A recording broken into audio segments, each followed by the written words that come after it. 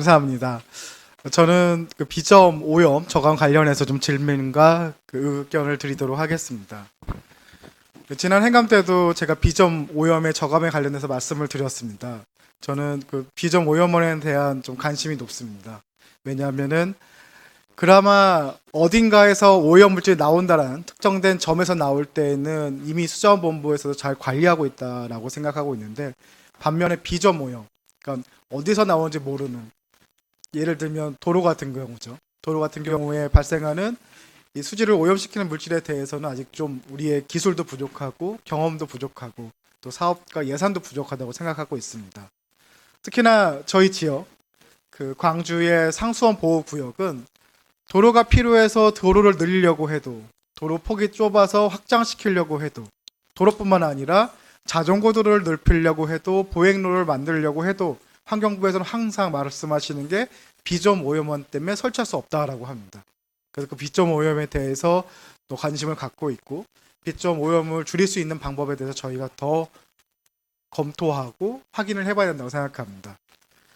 환경유역청 그 보고해주신 예산을 보면은 21년도부터 9.5억에서 22년도에는 14억, 그리고 23년도에는 36.5억으로 증가를 했고, 실 지급액은 당초 계획보다 훨씬 더 높았습니다. 23년도 수자원본부의 예산만 봐도 57.9억이 비점 오염 저감 사업에 들어가고 있습니다. 예를 들어서 인공 습지를 만들고 저류 시설을 만들고 여가형 시설을 만들죠. 근데 제가 확인해 본 바로는 여가형 시설이 만드는 것뿐만 아니라 관리하고 운영하는데 어려움이 있다. 또 예산도 많이 들어간다라는 그 얘기를 들었습니다. 네. 이에 따라서 저는 조금 더 다양한 방식의 비점 오염 저감 방식이 필요하지 않을까 생각을 하고 있습니다. 본부장님 생각은 어떠신지요? 예, 맞습니다. 관리비나 이런 것들이 계속되면 또 이제 나중에 시설물을 바꾸는 문제하고 또 연결되기 때문에요. 말씀하신 내용은 타당하다고 생각합니다. 여가형 시설이 왜 고장이 많냐 하면은 도로 위에 발생하는 여러 그 이물질, 뭐 타이어에서 나오는 이물질이라든지 모래, 뭐 그런 그 이물질로 인해서 막히게 되고, 그러면은 뭐 그걸 고치는 데 드는 비용뿐만 아니라 망가진 상태에서는 사실 비점 오염원을 처리하지 못하는 거죠. 예, 그렇습니다. 그래서 제가 그때 작년에 제안드렸던 거는 그 도로 청소 차량에 대한 도입이었습니다. 예. 도로 청소차는 그 도로에 있는 지저분한 물질을 개선해서 수질도 개선하지만 우리 도시에 문제가 되고 있는 미세먼지도 저감하고 있습니다. 얼마 전에 그 서울시 같은 경우에는 그 도로 청소 차량을 친환경 수소차로 전환하는 사업도 하고 있다고 합니다. 예. 이렇듯 그 도로 청소 차량이 가지고 있는 이점이 있는데요.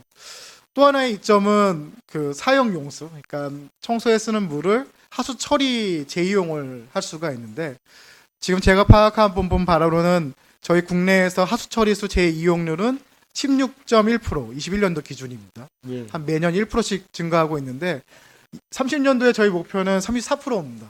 사실은 앞으로 얼마 남지 않은 이 시간 동안 재이용수를 활용할 여러 가지 방법들이 필요한데, 저는 이것을 도로 청소 차량에 좀 같이 결합하면 어떨까 생각을 하고 있습니다. 본부장님 생각은 어떠신지요? 전적으로 동의합니다. 예.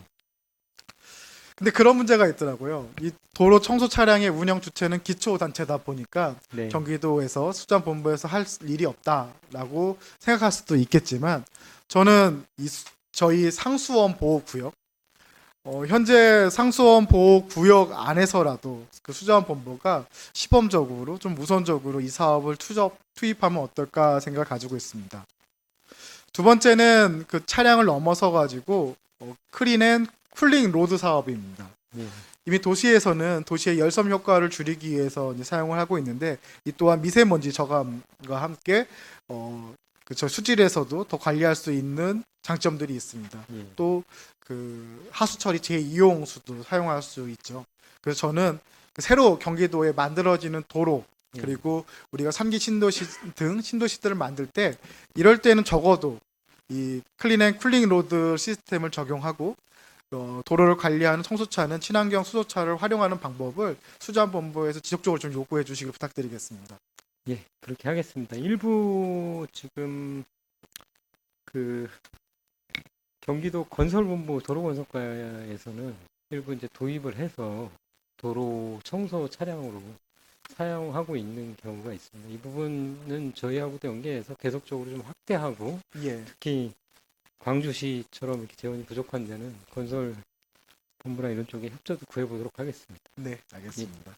그리고 또 한 가지 마지막으로는 그 어제 그 경기 보건환경연구원 행감을 진행했는데 네. 특이점이 좀 있었습니다.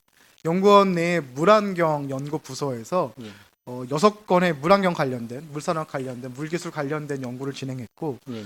굉장히 수전본부와 그리고 그 기업의 기술 이전하는 거에 의미 있는 결과들이었습니다. 가령 연구 제목이 도내 하천의 미세 플라스틱 분포 특성에 대한 연구였고요.